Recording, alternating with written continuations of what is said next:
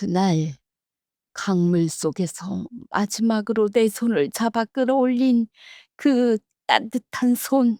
50년이 지난 지금도 잊히질 않는구나. 그 손의 주인이 바로 네 아버지였단다. 병원 개원식 날 처음 본 어르신이 제게 하신 말씀입니다. 7살의 아버지를 잃고 평생 그 죽음의 이유조차 듣지 못했던 저는 그 자리에 그대로 주저앉고 말았습니다. 20년 동안 얼굴 한 번 안 보이고 매달 돈만 붙여주던 그 은인의 정체는 대체 누구였을까요? 아버지는 그 비 오던 밤에 무슨 일을 당하신 걸까요? 그리고 그 진실은 왜 하필 제 인생에서 가장 빛나던 바로 그날 밝혀진 걸까요? 사연 시작하기에 앞서 어느 곳에서 이 이야기를 듣고 계신지 댓글로 남겨주세요. 함께 해주신 모든 분들 가정에 늘 건강과 따뜻한 복이 가득하시기를 빌겠습니다. 그럼 오늘 사연 바로 시작합니다. 안녕하세요. 저는 동네 골목에서 작은 병원 하나를 꾸려가는 50대 후반 여의사입니다. 이렇게 인사를 드리고 보니 참 묘한 기분이 듭니다. 저는요, 아버지 얼굴이 잘 기억나지 않아요. 7살 그 어린 나이에 세상에 혼자 덩그러니 남겨졌던 아이가 어찌어찌 이렇게 흰 가운을 입고 사람들 앞에 서게 됐네요. 저는 살면서 늘 이런 생각을 했어요. 나는 참 기구한 팔자다. 그런데 또 참 복도 많은 사람이다. 이게 무슨 앞뒤 안 맞는 소리인가 싶으시죠? 오늘 그 이야기를 처음부터 천천히 풀어보려고 합니다. 우리 아버지는요, 택시 운전을 하셨어요. 함자가 한정도, 발을 정자에 길도자를 쓰셨죠. 지금 생각하면 운전대 잡고 평생을 길에서 사신 양반인데 어쩜 그렇게 딱 맞는 이름이었나 싶어요. 제 기억 속 아버지는 늘 새벽이었어요. 제가 자다가 눈을 뜨면 아버지는 벌써 점퍼를 걸치고 현관에서 신발을 신고 계셨죠. "이내 더 자라. 아빠 갔다 올게." 그 목소리가 지금도 귀에 선해요. 아버지 택시는 참 정겨운 냄새가 났어요. 운전석 옆에는 늘 바카스병이 두어 개 굴러다녔고 라디오에서는 하루 종일 트로트가 흘러나왔어요. 여름이면 다 낡은 에어컨이 드르륵 소리만 내고 바람은 시원찮았는데 아버지는 창문을 활짝 열고 한 손으로 핸들을 잡은 채 콧노래를 부르셨죠. 비 오는 날이면요. 일을 마치고 들어오시는 아버지 손에는 꼭 종이봉투 하나가 들려 있었어요. 김이 모락모락 나는 붕어빵이요. 비 오는 날은 이게 최고지. 자, 우리 이내 꼬리부터 먹어라. 단 거 좋아하니까. 저는 그 붕어빵 꼬리를 세상에서 제일 맛있는 음식인 줄 알고 컸습니다. 지금 와서 동네 어르신들이나 그때 아버지랑 같이 운전하시던 분들 이야기를 들어보면요.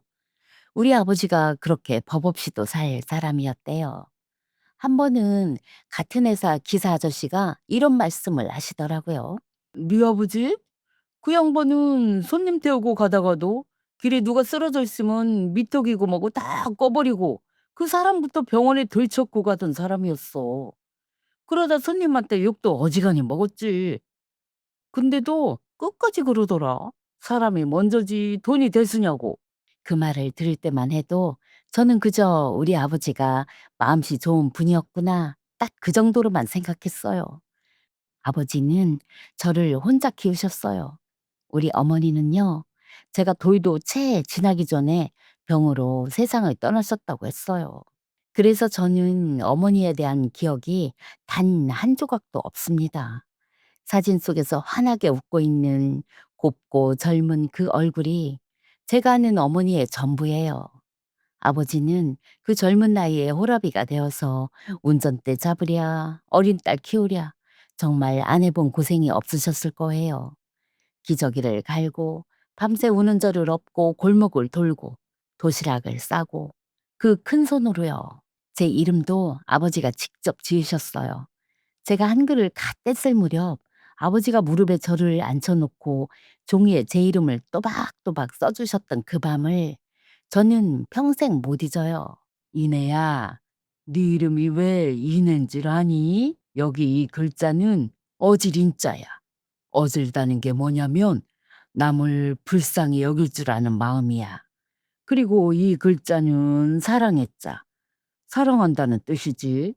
그러니까 우리 이내는 사람을 어질게 따뜻하게 사랑하면서 살라고. 아빠가 그 마음 하나 담아서 지은 이름이야.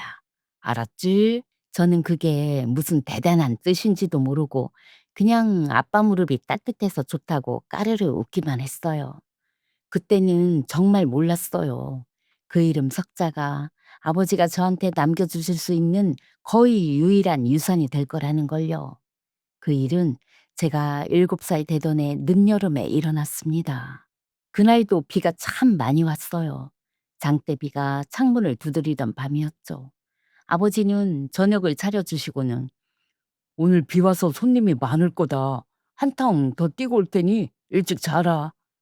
하면서 우산도 안 쓰고 빗속으로 나가셨어요. 현관문을 닫기 전에 저를 한번 돌아보면서 늘 하던 그 말을 하셨죠. "우리 네 착하지?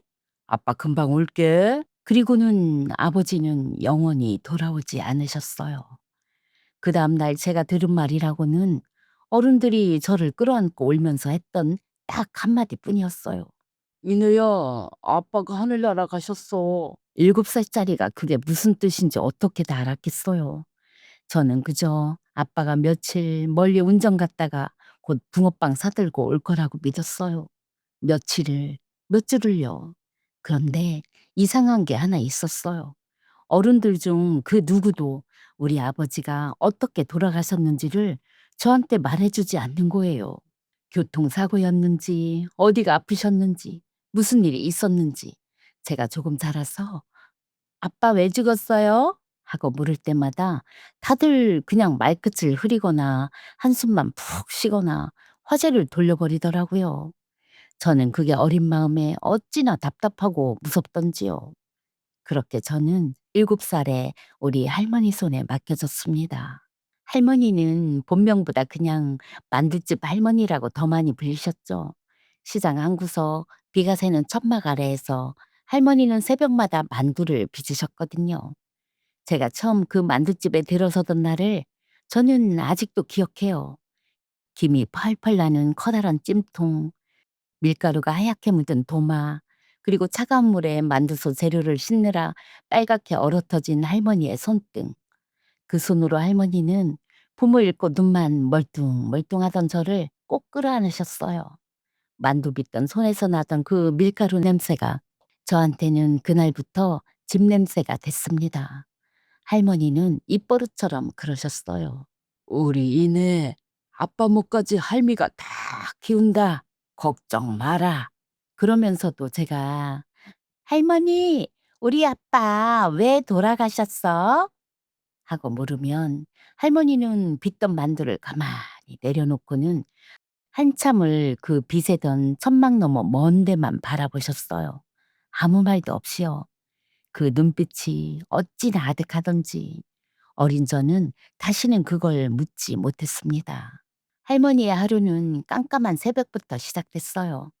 제가 눈을 비비며 일어나 보면 할머니는 벌써 시장 천막 아래 쪼그려 앉아 만두를 빚고 계셨어요.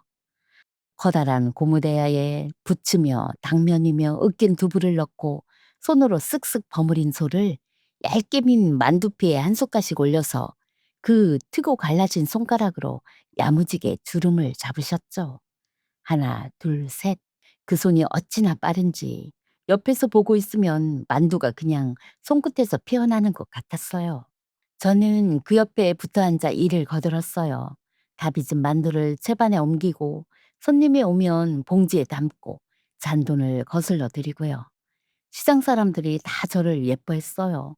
순자 할머니 손녀딸 어쩜 이렇게 야무져 하면서요.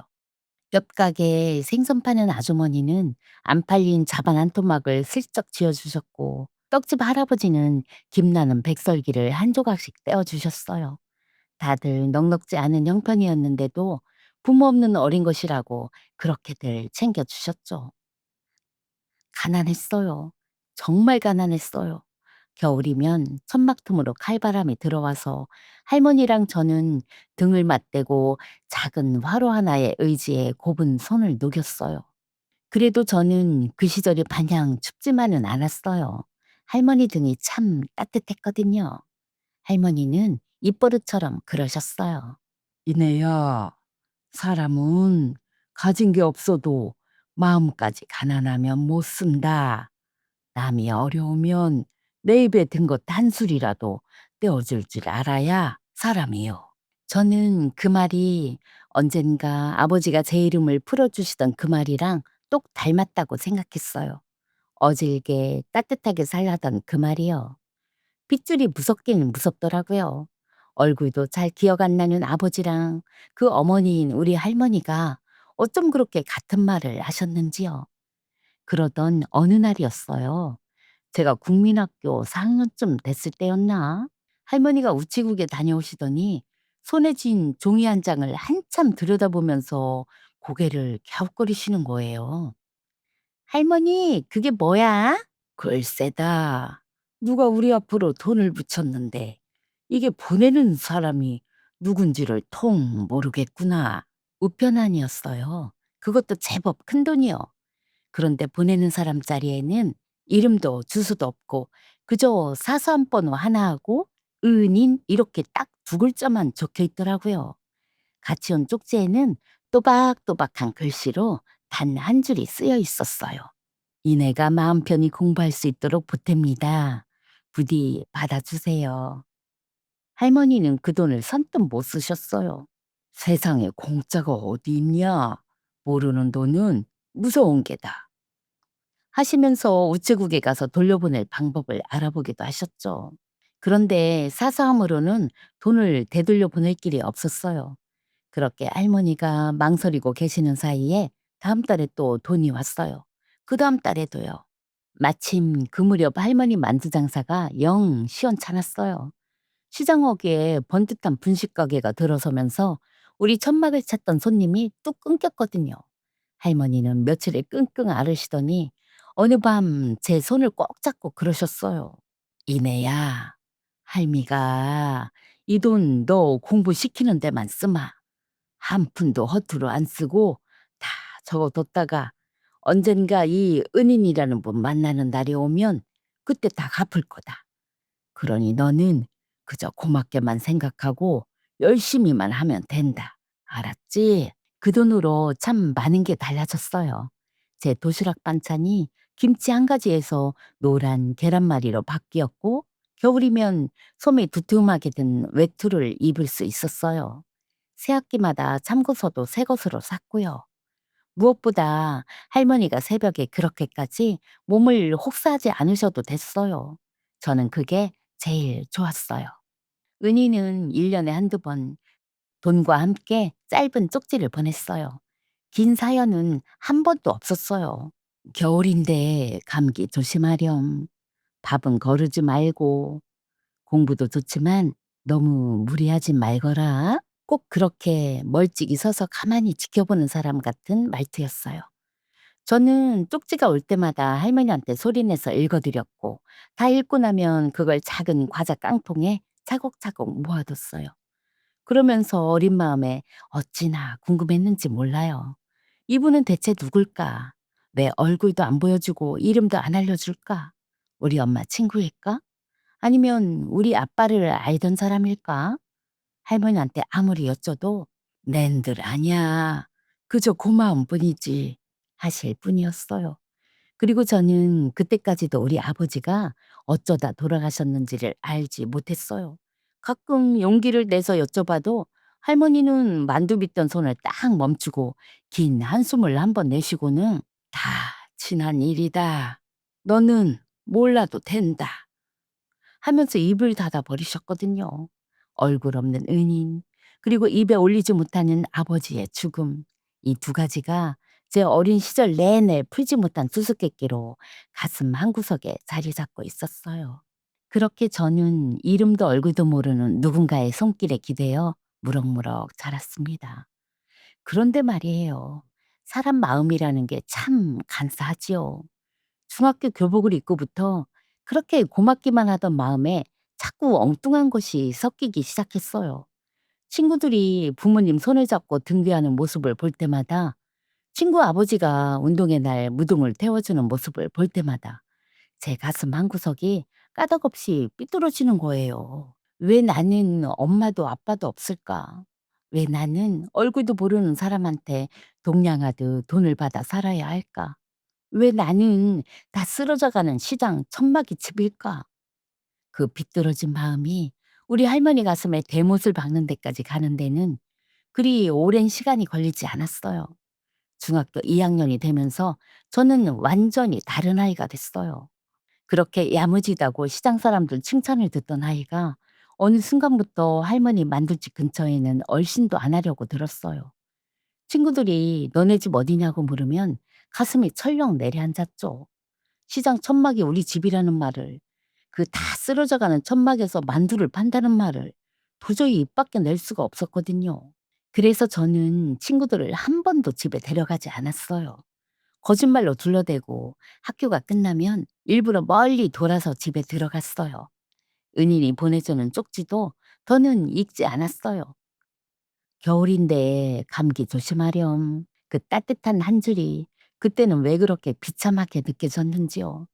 나는 얼굴도 모르는 사람한테 동냥이나 받는 처지구나. 그런 생각이 들면서 쪽지가 오면 읽지도 않고 과자 깡통에 처박아 버렸어요. 저는 점점 거친 아이들하고 어울렸어요. 수업을 빼먹고 어른 흉내를 내고 학교에서 사고도 여러 번 쳤죠. 그때마다 할머니가 학교에 불려오셨어요. 굽은 허리로 만두 빚다 미처 못턴 밀가루를 옷에 묻힌 채로 선생님 앞에서 연신 고개를 조아리셨어요. 죄송합니다, 선생님. 제가 못 가르쳐서 그래요. 다 제 탓입니다. 그 모습을 교실 창문 너머로 보면서도 저는 부끄러운 줄도 몰랐어요. 오히려 할머니가 창피하다는 생각만 했으니까요. 아버지가 어질게 살라고 지어준 그 이름도, 마음까지 가난하면 못 쓴다던 할머니 말씀도 그때 제 마음속엔 한 조각도 남아있지 않았죠. 그러던 어느 날 밤이었어요. 제가 또 밤늦게까지 안 들어오자 할머니가 천막 앞에 서서 저를 기다리고 계셨어요. 저를 보더니 한 걸음에 다가와 제 손을 붙잡으셨죠.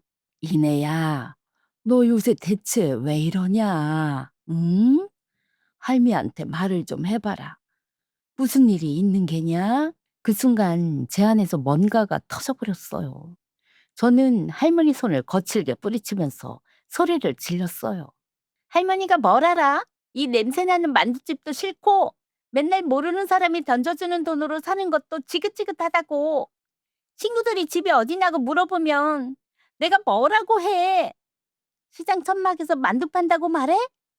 차라리 날 고아원에 보내지 그랬어. 왜 데려와서 이렇게 창피하게 살게 만들어? 할머니 얼굴이 하얗게 굳더라고요. 만두를 그렇게 야무지게 빚던 그 손이 허공에서 부들부들 떨렸어요. 무슨 말을 하려고 입을 달싹이시는데 저는 그 말을 듣지도 않고 가방을 챙겨서 천막을 박차고 나가버렸어요. 그날 밤 저는 집에 들어가지 않았어요. 거리를 쏘다니고 친구네 집을 전전하면서요. 화가 나서 세상이 다 원망스러워서 할머니 마음 같은 건 한 번도 생각하지 않았어요. 다음날 아침 터덜터덜 시장 골목으로 돌아오는데 멀리서부터 뭔가 이상했어요. 우리 천막 앞에 사람들이 잔뜩 모여 웅성거리고 있고 빨간불을 번쩍이는 구급차가 서 있는 거예요. 가슴이 철렁 내려앉았어요. 저는 영문도 모르고 그쪽으로 뛰어갔어요. 옆 가게 생선 파는 아주머니가 저를 보더니 와락 붙잡고 울먹이셨어요. "이내야, 너 이제 오면 어떡하니? 너희 할머니가 새벽에 가마솥에 불 때다가 그 자리에서 픽 쓰러지셨어. 밤새 너 찾는다고 한숨도 못 주무시고 그 추운 데를 돌아다니시더니 아이고 이 일을 어째?" 들것에 실려 구급차로 옮겨지는 할머니가 보였어요. 눈을 꼭 감은 채 얼굴이 흙빛이 되어서요. 저는 정신없이 구급차에 같이 올라탔어요. 할머니 손을 붙잡는데 그 따뜻하던 손이 축 늘어져서 아무 반응이 없었어요. "할머니, 할머니 눈 좀 떠봐. 나야, 이내야 할머니. 병원에 도착하자마자 할머니는 곧장 응급실로 들어가셨고 잠시 뒤 의사 선생님이 나오셔서 다급하게 말씀하셨어요. 뇌출혈입니다. 혈관이 터져서 지금 당장 수술에 들어가야 해요. 보호자분, 마음 단단히 먹으셔야 합니다. 그리고는 할머니를 실은 침대가 수술실 안으로 빨려 들어갔어요. 수술실 문 위에 빨간불이 탁 하고 켜졌고요. 저는 그 차가운 복도 바닥에 그대로 주저앉아 버렸어요. 그제야 제가 무슨 짓을 했는지가 온몸으로 밀려왔어요. 어젯밤 제가 뿌리친 그 손, 부들부들 떨리던 그 손이 자꾸만 눈앞에 어른거렸어요. 저한테 세상에 단 하나 남은 가족인데, 아버지 목까지 다 키워주겠다던 우리 할머니인데, 저는 두 손을 모으고 빌었어요. 하느님, 부처님, 누구라도 좋으니 제발 우리 할머니만 살려주세요. 제가 잘못했어요. 무엇이든 다 할게요. 다시는 할머니 속 안 썩일게요. 제발, 제발 우리 할머니만. 저는 수술실 앞 차가운 복도에서 몇 시간을 그렇게 쪼그려 앉아 있었어요. 얼마나 지났을까요? 수술실 문 위에 빨간불이 탁 꺼지고 마스크를 내린 의사 선생님이 나오셨어요. 저는 벌떡 일어나서 매달리듯 여쭤봤어요. 선생님, 우리 할머니 어떻게 됐어요? 살았어요? 네? 수술은 잘 됐습니다. 다행히 고비는 넘기셨어요. 다만 연세가 있으셔서 회복하시는데 시간이 꽤 걸릴 거고 한동안 입원하시면서 치료를 받으셔야 합니다. 저는 그 자리에서 다리가 풀려 또 주저앉았어요. 이번엔 안도의 눈물이었죠. 살았다. 우리 할머니가 살았다. 그런데 그 안도가 채 가시기도 전에 또 다른 벽이 제 앞을 가로막았어요. 바로 돈이었어요. 수술비에 입원비에 앞으로 들어갈 치료비까지. 간호사 선생님이 건네준 종이에 적힌 액수를 보고 저는 숨이 턱 막혔어요. 그때 돈으로도 웬만한 집 한 채 값은 되는 15살짜리가 감히 쳐다보지도 못할 큰돈이었거든요. 저한테는 그 돈을 마련할 방법이 아무것도 없었어요. 손벌릴 친척 하나 없었으니까요. 아버지 쪽도 어머니 쪽도 다 연락이 끊긴 지 오래였어요. 정말 이 세상에 할머니랑 저 단둘뿐이었죠. 담임 선생님이 알아봐 주시겠다고는 했지만 그 큰돈을 당장 어디서 구하겠어요. 병원 복도에 혼자 앉아서 저는 머리를 쥐어뜯었어요. 그러다 문득 한 사람이 떠올랐어요. 은인. 제가 그렇게 동량이라고 무시하고 쪽지가 와도 읽지도 않고 처박아 버렸던 그분이요. 저는 집으로 달려가 먼지 쌓인 과자 깡통을 열었어요. 그동안 읽지도 않고 던져 넣었던 쪽지들이 거기 그대로 있었어요. 그걸 한 장 한 장 펴보는데 어찌나 부끄럽던지요. 겨울인데 감기 조심하렴. 밥은 거르지 말거라. 멀리서 저를 그렇게 챙겨주던 마음을 저는 그동안 발로 차버린 거였어요. 쪽지 한 구석에 적힌 사소한 번호를 보면서 저는 한참을 망설였어요. 무슨 염치로 또 손을 벌리나. 그동안 코빼기도 안 비치다가 아쉬우니까 이제 와서. 하지만 우리 할머니를 살릴 수만 있다면 저는 그깟 염치 따위 100번이고 버릴 수 있었어요. 저는 떨리는 손으로 편지를 썼어요. 은희님께 그동안 인사도 제대로 못 드리고 보내주신 마음도 몰라봐서 정말 죄송합니다. 염치 없는 줄 알지만 이렇게밖에 할 수가 없어서 편지를 씁니다. 저를 키워주신 할머니가 쓰러져서 큰 수술을 하셨는데 병원비를 마련할 길이 없습니다. 할머니는 이 세상에 제게 남은 단 하나뿐인 가족입니다. 제발 한 번만 도와주세요. 이 은혜는 제가 어떻게든 평생을 갚겠습니다. 편지를 붙이고 저는 매일같이 우체국 앞을 서성였어요. 그리고 생각보다 훨씬 빨리 답이 왔어요. 은희는 아무것도 묻지 않고 병원비에 보태라며 그 큰돈을 그대로 보내주셨어요. 함께 온 쪽지에는 이렇게 적혀 있었고요. 늦지 않아 다행이다. 할머니 꼭 일어나실 게다. 너는 마음 단단히 먹고 곁을 지켜드려라. 돈 걱정은 하지 말고. 저는 그 쪽지를 가슴에 꼭 끌어안고 펑펑 울었어요. 고마워서, 그리고 부끄러워서요. 그 돈으로 할머니 병원비를 전부 치를 수 있었어요. 할머니는 정말 의사 선생님 말씀대로 천천히 기운을 차리셨어요. 처음 눈을 떠서 저를 알아보시던 날 저는 침대에 매달려 엉엉 울면서 빌었어요. "할머니, 미안해. 내가 잘못했어. 그날 내가 한 말 다 거짓말이야. 할머니 창피한 적 한 번도 없었어. 다시는 할머니 속 안 속일게. 그러니까 빨리 만나. 응?" 할머니는 아직 어눌한 말로 그 깡마른 손을 들어 제 머리를 쓰다듬으셨어요. "우리 이내가 왜 우냐? 할미 안 죽는다. 너 시집 가는 거 봐야 하는데 내가 어딜 가. 울지 마라, 응?" 저를 원망하는 말은 단 한마디도 없으셨어요. 자기 때문에 손녀가 고생한다고, 외려 그게 미안하다고만 하셨어요. 그 마음 앞에서 저는 제가 그동안 얼마나 못된 짓을 했는지 뼛속까지 사무쳤어요. 그렇게 할머니가 회복하시는 동안 저는 병원에서 참 많은 걸 봤어요. 밤낮 없이 환자들을 살피는 의사 선생님들, 죽어가던 사람을 다시 살려내는 그 손길이요. 우리 할머니를 살려준 것도 바로 그 손이었죠. 그 모습을 지켜보면서 제 마음속에 한 번도 가져본 적 없던 생각이 스며들었어요. 나도 저런 사람이 되고 싶다. 사람을 살리는 사람. 그러다 문득 아주 오래전 아버지가 제 이름을 풀어주시던 그 밤이 떠올랐어요. 어질인 사랑해. 사람을 어질게 따뜻하게 사랑하면서 살라고 그 이름값을 그동안 저는 똥칠하며 살았는데 이제라도 그 이름대로 살아보고 싶더라고요. 할머니가 늘 말씀하시던 남이 어려우면 내 것 한 술이라도 떼어줄 줄 아는 사람. 어쩌면 의사라는 게 딱 그런 거 아닐까 싶었어요. 그날부터 저는 완전히 딴 사람이 됐어요. 어울려 다니던 아이들과도 발을 끊고 닥치는 대로 책을 파고들었어요. 할머니가 다시 만두를 빚으실 수 있을 만큼 기운을 차리신 뒤로는 새벽엔 할머니를 거들고 낮엔 학교에서 밤엔 호롱불 같은 스탠드 하나 켜놓고 이를 악물고 공부했죠. 은인에게도 다시 편지를 쓰기 시작했어요.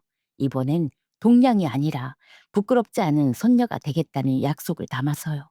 그리고 마음속에 단단히 꿈 하나를 품었습니다. 반드시 의사가 돼서 할머니를 호강시켜 드리고 이 은혜를 두 배, 세 배로 갚겠다고요. 마음을 다잡고 책에 매달리니 신기하게도 성적이 쑥쑥 올랐어요. 저는 정말 죽기 살기로 했어요. 새벽엔 할머니 만두 빚는 걸 거들고 학교가 끝나면 도서관에서 문 닫을 때까지 버티고 집에 와서는 졸음을 쫓으려고 허벅지를 꼬집어가며 책을 봤죠. 그렇게 몇 해를 보낸 끝에 저는 의과대학에 합격했어요. 형편이 어려운 걸 알고 학교에서 장학금도 일부 받게 됐고 모자란 생활비는 과외를 하면서 벌었고요. 합격증을 받아든 날 할머니는 그걸 손으로 받쳐들고 한참을 우셨어요. 그리고는 시장 골목을 다니면서 만나는 사람마다 붙잡고 자랑을 하셨죠. "우리 이내가 글쎄 의사가 된대요. 그 코올리개가 사람 살리는 의사가 된다지 뭐예요." 생선 파는 아주머니도 떡집 할아버지도 다 자기 일처럼 기뻐해 주셨어요. "춘자할매 그 고생한 보람이 있네." 하면서요. 그날 할머니는 만두를 공짜로 한 채반이나 사람들한테 돌리셨어요. 저는 그 모습을 보면서 반드시 성공해서 우리 할머니 호강시켜 드려야지 그 다짐을 또 한 번 가슴에 새겼어요. 본과에 들어가면서 공부는 더 빡빡해졌어요. 외워야 할 건 산더미고 밤을 새우는 날이 부지기수였죠. 그러는 사이 할머니 건강이 조금씩 예전 같지 않으셨어요. 한 번 뇌혈관이 터진 자리가 영 회복이 더뎠던 데다 연세까지 드시니 기력이 자꾸 떨어지셨어요. 만두 빚는 손도 옛날처럼 빠르지 않으셨고 가끔은 만두를 빚다 말고 가만히 손을 내려놓고 숨을 고르시곤 했어요. 저는 학업이랑 할머니 간병을 같이 하느라 몸이 두 쪽이 나는 것 같았지만 한 번도 힘들다고 내색하지 않았어요. 오히려 할머니가 저한테 미안해 하셨죠. "이내야, 공부하느라 잠도 못 자는데 늙으니까지 수발들게 해서 어쩌냐. 할미가 얼른 기운을 차려야 하는데." "할머니, 그게 무슨 소리야. 할머니가 내 힘인데. 할머니만 옆에 있어주면 돼. 응?" 그러면 할머니는 내 손을 꼭 쥐고 "그래, 그래. 네 의사 가운 입은 건 봐야지. 그거 보고 가야지 하셨어요. 그러던 어느 겨울 할머니가 자리에 누우셨어요. 병원에서도 이제는 연세가 많으셔서 손쓸 방법이 별로 없다고 했어요. 저는 학교에 사정을 말하고 할머니 곁을 지켰어요. 마지막 며칠 할머니는 정신이 맑았다 흐렸다 하셨는데 맑을 때면 제 손을 더듬어 찾으셨어요. 이내야, 거기 있냐? 응, 할머니, 나 여기 있어. 우리 이내 참 잘 컸다. 할미가 가진 게 없어서 좋은 것도 못 입히고 못 먹였는데 이렇게 곱게 반듯하게 커져서 고맙구나. 할머니, 그런 말 하지 마. 할머니가 다 키워줬잖아. 할머니는 가만히 웃으시더니 이런 말씀을 하셨어요. 이내야, 네 아비도 하늘에서 다 보고 있을 게다. 네 아비가 참 좋은 사람이었어. 마음이 그렇게 여리고 따뜻한 사람이었어. 너는 꼭 네 아비를 닮았다. 저는 그게 무슨 말인지 다 헤아리지도 못한 채 그저 할머니 손만 붙잡고 응, 응 하고 울었어요. 그날 밤 할머니는 편안한 얼굴로 주무시듯 눈을 감으셨어요. 제가 그토록 입혀드리고 싶었던 의사 가운을 끝내 보지 못하시고요. 할머니 장례식장은 참 초라했어요. 친척이라곤 한 사람도 오지 않았으니까요. 텅 빈 빈소를 지키고 있는데 시장 사람들이 하나둘 찾아와 주셨어요. 생선 파는 아주머니가 제 손을 붙잡고 펑펑 우셨어요.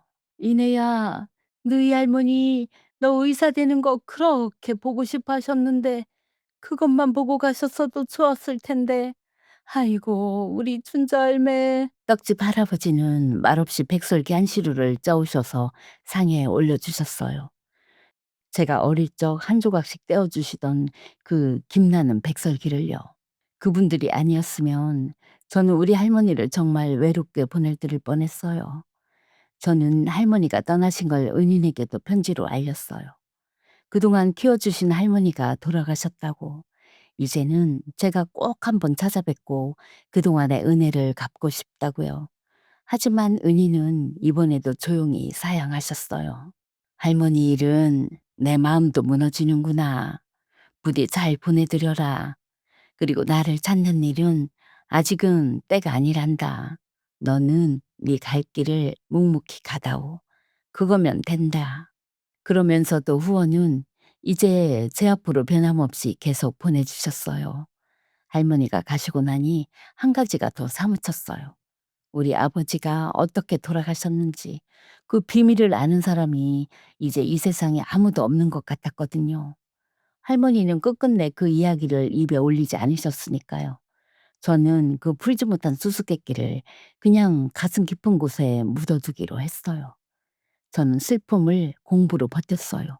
더 악착같이, 더 이를 악물고요. 할머니의 희생을 헛되게 할 수는 없었으니까요.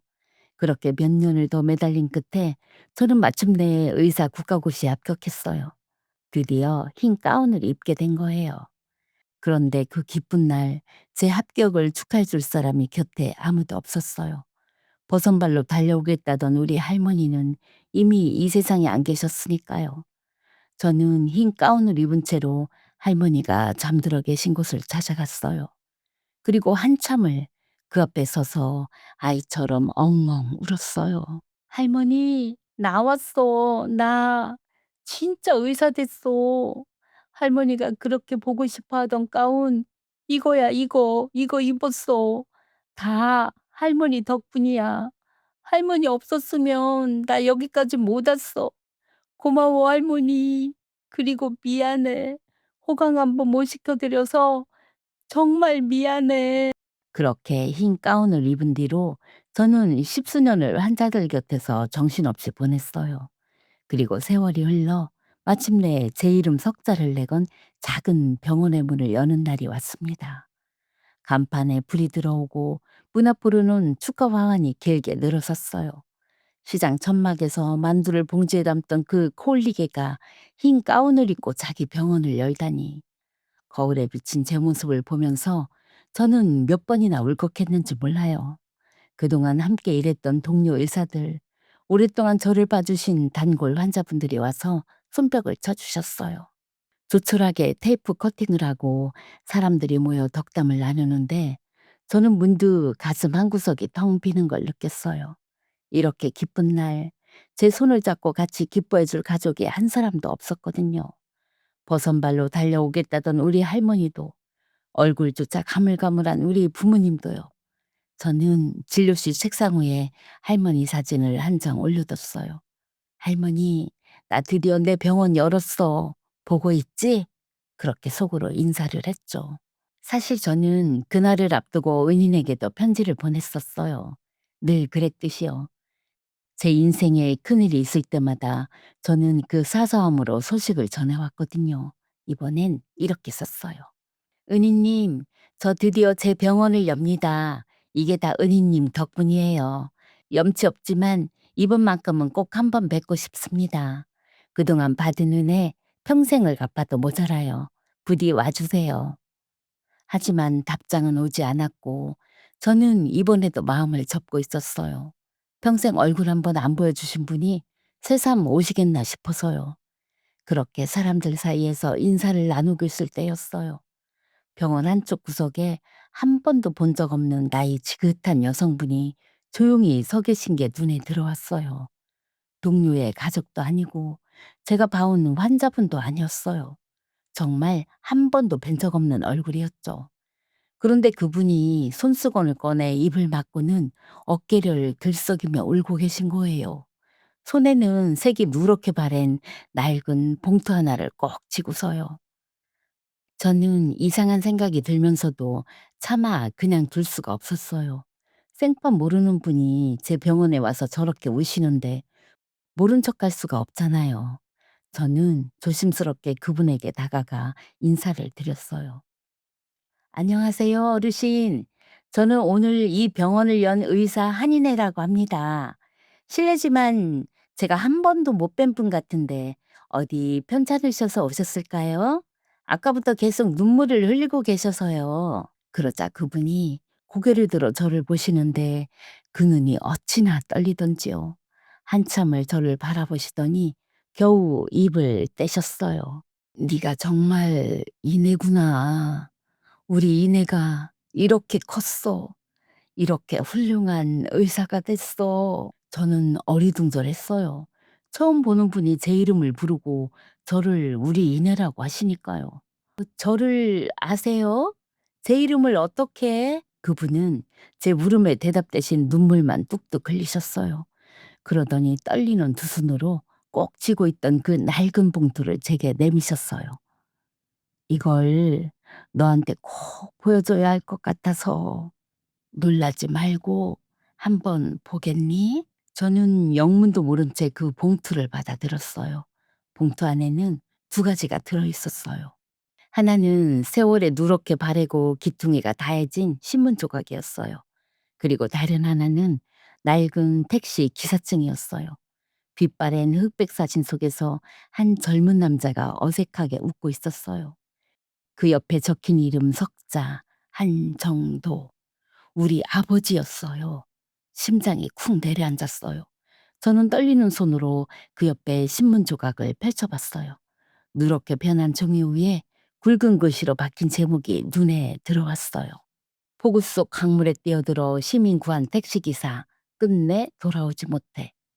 그 아래에는 방금 본 기사증과 똑같은 아버지의 흑백 사진이 작게 실려 있었어요. 머릿속이 하얗게 비었어요. 손이 사시나무처럼 떨려서 신문 조각에 바스락거렸어요. 평생 그 누구도 말해주지 않았던 우리 아버지의 죽음. 할머니조차 끝내 입에 올리지 않았던 그 비밀이 지금 이 낡은 종이 한 장에 적혀 있었어요. 저는 고개를 들어 제 앞에서 울고 계신 그 낯선 어르신을 바라봤어요. 도무지 이 상황이 이해되질 않아서요. 이 신문을, 우리 아버지의 기사증을 왜 이분이 가지고 계신 걸까? 이분은 대체 누구시기에? 그 순간 한 가지 생각이 제 머리를 스쳤어요. 평생 얼굴 한번 안 보여주던 사람, 제 인생의 모든 큰일을 멀리서 지켜봐 주던 사람. 떨리는 목소리로 저는 겨우 물었어요. 어르신, 혹시 혹시 당신이 그 은인이세요? 그리고 이 신문은 우리 아버지한테 대체 무슨 일이 있었던 거예요? 제 떨리는 물음에 그분은 천천히 고개를 끄덕이셨어요. "그래, 내가 그 은인이다. 네가 그렇게 만나고 싶어 하던 바로 그 사람이야." 어느새 병원 안이 지지군 듯 조용해졌어요. 웃고 떠들던 사람들이 심상치 않은 분위기를 느끼고 우리 둘을 바라보기 시작했죠. 그분은 손수건을 꼭 쥐고 떨리는 목소리로 이야기를 시작하셨어요. "이내야, 내가 너한테 평생 숨겨온 이야기가 있다. 오늘은 그걸 다 털어놓으려고 왔어. 듣고 나서 네가 날 어떻게 하든 다 받을 각오로 왔단다." 벌써 50년 전 일이구나. 그때 나는 살고 싶은 마음이 한 톨도 없었어. 그분의 목소리가 잘게 떨렸어요. 세상이 나를 막다른 곳까지 몰아붙였고 나는 그만 모든 걸 다 놓아버리려고 했단다. 비가 억수같이 쏟아지던 밤이었어. 나는 강우의 다리에 서서 그 차가운 강물로 몸을 던졌단다. 사람들 사이에서 나직한 탄식이 흘러나왔어요. 그런데 말이다. 정신이 가물가물 흐려지던 그때 누가 물속으로 첨벙 뛰어들었어. 그 사람이 내 팔을 붙잡고 죽을 힘을 다해 나를 강가로 끌어냈단다. 그 퍼붓는 빗속에 길에 택시를 세워둔 채로 말이야. 운전대를 잡던 사람이 생판 알지도 못하는 나를 살리겠다고 그 시커먼 강물에 뛰어든 거야. 그분이 잠시 말을 멈추고 저를 똑바로 바라보셨어요. 그 눈에서 눈물이 주르륵 흘러내렸어요.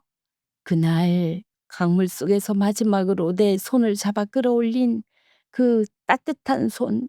50년이 지난 지금도 잊히질 않는구나. 그 손의 주인이 바로 네 아버지였단다. 저는 숨이 멎는 것 같았어요.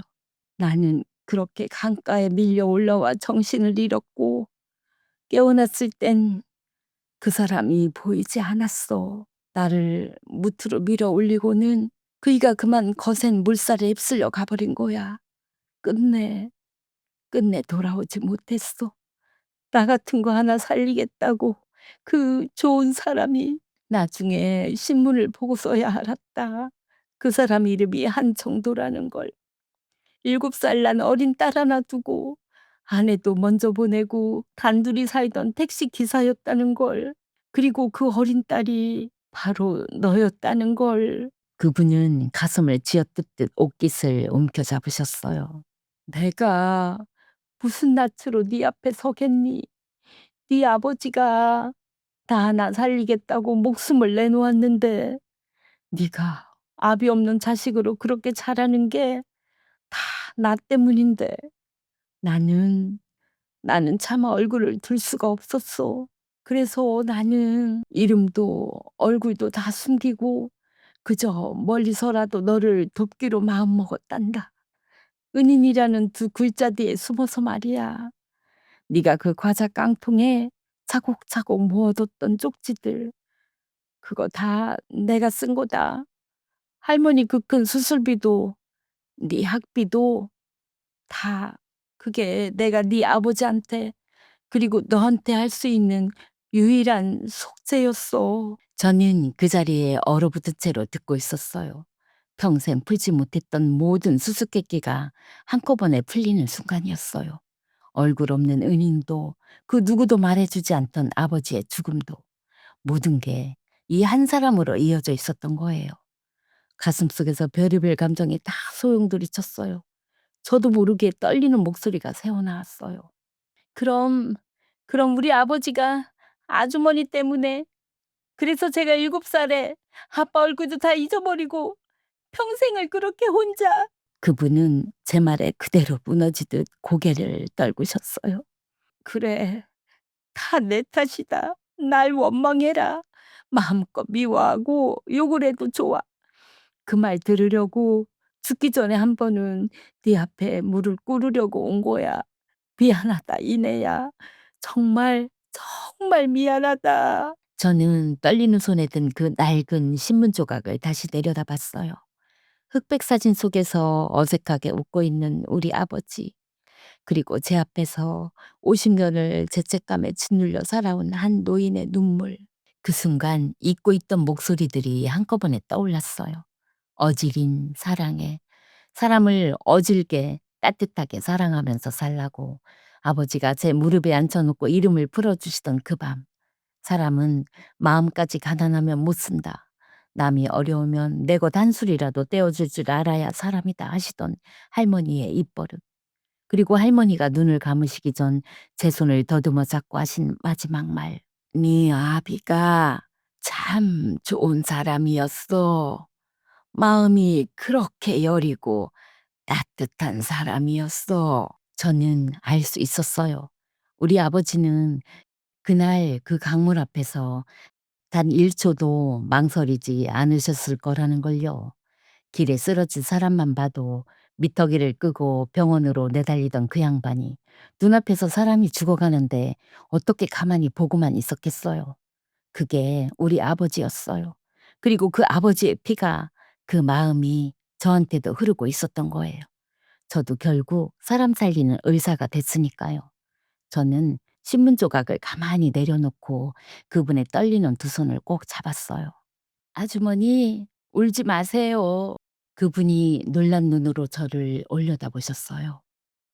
"우리 아버지는요, 그런 사람이었대요. 누가 어려우면 절대 그냥 못 지나치시는 그런 분이요. 그러니 그날도 분명히 망설임 없이 뛰어드셨을 거예요. 그건 아주머니 탓이 아니라 그냥 우리 아버지가 원래 그런 사람이었기 때문이에요. 제가 평생 원망했어야 할 사람이 있다면 그건 절대 아주머니가 아니에요." 그분의 눈에서 눈물이 더 굵어졌어요. "생각해 보세요, 아주머니. 우리 아버지가 살린 그 한 사람이 돌아서서 평생 저를 키워주셨잖아요. 얼굴도 모르는 저한테 따뜻한 밥을 먹이고 학비를 대주고 우리 할머니 목숨까지 살려주셨잖아요. 결국 우리 아버지가 강물에서 건진 그 생명이 돌고 돌아 저까지 의사로 살려놓으신 거예요. 그런데 제가 어떻게 아주머니를 미워하겠어요. 그건 우리 아버지를 미워하는 거나 마찬가지인 걸요." 그분은 제 말에 그만 무너져서 제 손을 붙잡고 어린아이처럼 우셨어요. "이내야, 이내야, 고맙다. 정말 고맙다. 이 못난 사람을." 한참을 흐느끼던 그분이 겨우 고개를 들고 말씀하셨어요. "나는 서명숙이라고 한다. 평생 은인이라는 두 글자 뒤에 숨어 살았던 못난 늙은이야. 이제야, 이제야 네 앞에서 내 진짜 이름을 말하는구나." 저는 그분을, 우리 서명숙 아주머니를 와락 끌어안았어요. 50년 묵은 그 한과 죄책감이 그 작은 어깨에서 조금이라도 녹아내리길 바라면서요. 그렇게 우리는 한참을 부둥켜 안고 같이 울었어요. 그 모습을 지켜보던 동료들도 환자분들도 다들 말없이 손수건을 꺼내 눈물을 닦았어요. 누군가는 소리내어 울었고 누군가는 가만히 박수를 보내주었고요. 제 인생에서 가장 빛나던 그날, 제 작은 병원 개원식장은 그렇게 눈물바다가 됐습니다. 한참을 울고 난 뒤 서명숙 아주머니가 제 손을 더 꼭 쥐고는 말을 이으셨어요. "이내야, 사실 내가 오늘 이렇게 용기를 낸 데는 이유가 하나 더 있단다. 나도 이제 몸이 예전 같지가 않아. 의사 양반들이 그러더구나. 마음의 준비를 하라고. 그러니 더 늦으면 영영 너한테 이 말을 못할 것 같아서 죽기 전에 꼭 한번 네 손 잡고 미안하다, 고맙다 그 말을 하고 싶어서 온 거야." 저는 가슴이 또 한번 내려앉았어요. 이제 막 만났는데 시간이 얼마 없다는 말이에요. "그리고 부탁이 하나 있다. 내가 평생 안 쓰고 모아둔 돈이 좀 있어. 그걸 네 아버지 이름으로 쓰고 싶구나. 한정도 장학회라고. 너처럼 어렵게 공부하는 아이들 돕는데 말이야. 네 아버지가 그날 강물에 뛰어들어 한 사람을 살렸듯이 그 이름으로 또 다른 아이들을 살리고 싶어. 그래야 그래야 내가 받은 이 목숨값을 조금이라도 갚을 것 같아서. 저는 말없이 고개를 끄덕이며 그 손을 더 꼭 잡았어요. 그것 말고는 아무 말도 할 수가 없었어요. 그리고 "이내야, 나 오늘 혼자 온 게 아니란다." "네?" "실은 내 가족들이 밖에서 기다리고 있어.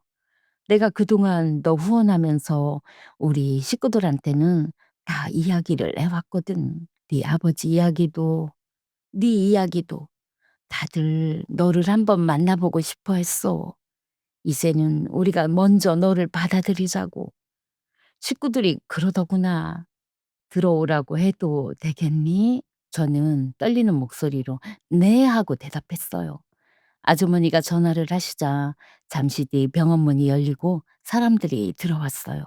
머리가 희끗한 어르신 한 분과 저보다 조금 어려 보이는 남자분, 여자분이요. 서명숙 아주머니의 남편분과 아들, 딸이었어요. 그분들은 저를 보자마자 약속이라도 한 듯이 다가와 저를 꼭 안아주셨어요. "네가 이네구나. 어머니한테 평생 네 이야기 들었다.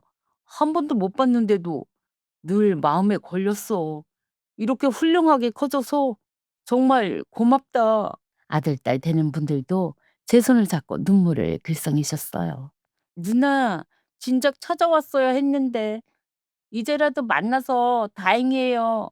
평생 이 세상에 저 혼자뿐이라고 생각하며 살아온 저한테 그렇게 한순간에 가족이 생겼어요. 꿈인지 생시인지 분간이 안 될 만큼 따뜻한 순간이었어요. 그 모습을 지켜보던 제 병원 식구들과 환자분들이 다시 한번 박수를 보내주셨어요. 텅 비어있던 제 개원식장이 그렇게 사람들의 온기로 가득 찼습니다. 그날 이후로 제 삶은 참 많이 달라졌어요. 저는 서명숙 어머니를 친어머니처럼 모시고 있어요. 얼마 남지 않았다는 그 시간이 한 시간이라도 더 길어지길 바라면서 자주 찾아뵙고 손을 잡아드려요. 그분의 남편분과 아들, 딸도 이제는 제 가족이 되어 주었고요. 명절이면 다 같이 모여 밥을 먹고 어머니 손을 잡고 옛날 그 시장 구경을 다니기도 해요. 어머니는 만둣집 앞을 지날 때면 우리 할머니 이야기를 들려달라고 하시면서 또 눈물을 훔치시죠. 아버지 이름으로 만든 한정도 장학회도 첫 장학생을 받았어요. 저처럼 부모 없이 어렵게 공부하는 아이였는데 그 아이 손을 잡아주면서 저는 또 한참을 울었네요. 제 병원 한쪽 벽에는 작은 액자 두 개가 나란히 걸려 있어요. 하나는 빛바랜 흑백 사진 속에서 어색하게 웃고 있는 우리 아버지와 한정도 장학금이라고 적힌 액자. 그리고 그 옆에는 만두를 빚다 활짝 웃고 계신 우리 할머니 사진이요. 매일 진료를 다 마치고 병원불을 끄기 전에 저는 늘 그 두 사진 앞에 잠깐 멈춰 서요. 그리고 마음속으로 가만히 인사를 건네요. "아빠, 할머니, 이내 오늘도 아픈 사람들 돌보고 왔어요. 아빠가 그날 강물에서 한 사람을 건졌듯이 이내도 오늘 누군가의 손을 잡아줬어요. 그리고 저 이제 정말 안 외로워요." 지금까지 이내님의 사연이었습니다. 아이고, 오늘 이 사연 들으면서 손에 쥔 손수건이 다 젖었네요. 이내 씨처럼 일찍 부모를 떠나보내고 가족 하나 없이 외롭게 버텨오신 분들, 지금 이 방송을 듣고 계신 우리 중에도 분명 계실 거예요. 어디 이내뿐이겠어요. 자식들 다 키워놓고 덩그러니 혼자 남으신 분, 평생 고생만 하다 이제야 겨우 한숨 돌리시는 분, 다들 가슴 한구석에 말 못할 사연 하나씩은 품고 사시잖아요. 그런데 엄마가 이 나이 먹고 살아보니까 한 가지는 알겠더라고요. 이내 아버지가 그 퍼붓는 빗속의 강물로 뛰어든 그 마음, 그 어질고 따뜻한 마음 하나가 50년을 돌고 돌아서 결국 그 딸을 사람 살리는 의사로 만들었잖아요. 세상이 꼭 그렇더라고요. 내가 무심코 베푼 따뜻함 한 번이 어디서 어떻게 돌아올지 아무도 몰라요. 받은 사랑은 절대 그냥 사라지는 법이 없고 꼭 어디론가 다시 흘러가더라고요. 그러니 여러분, 지금 조금 외롭고 힘드셔도 너무 서러워하지 마세요. 멀리서 이내를 지켜보던 그 은인처럼 어딘가에서 여러분을 가만히 지켜보고 응원하는 손길이 분명히 있을 거예요. 그게 하늘에 먼저 가 계신 부모님일 수도 있고요. 오늘 하루도 참 고생 많으셨어요. 끼니는 거르지 않으셨죠? 드시려면 잘 챙겨 드셨고요. 엄마가 곁에 있으면 따끈한 밥 한 끼 지어드리고 싶은데 그러지 못해서 늘 마음이 짠하네요.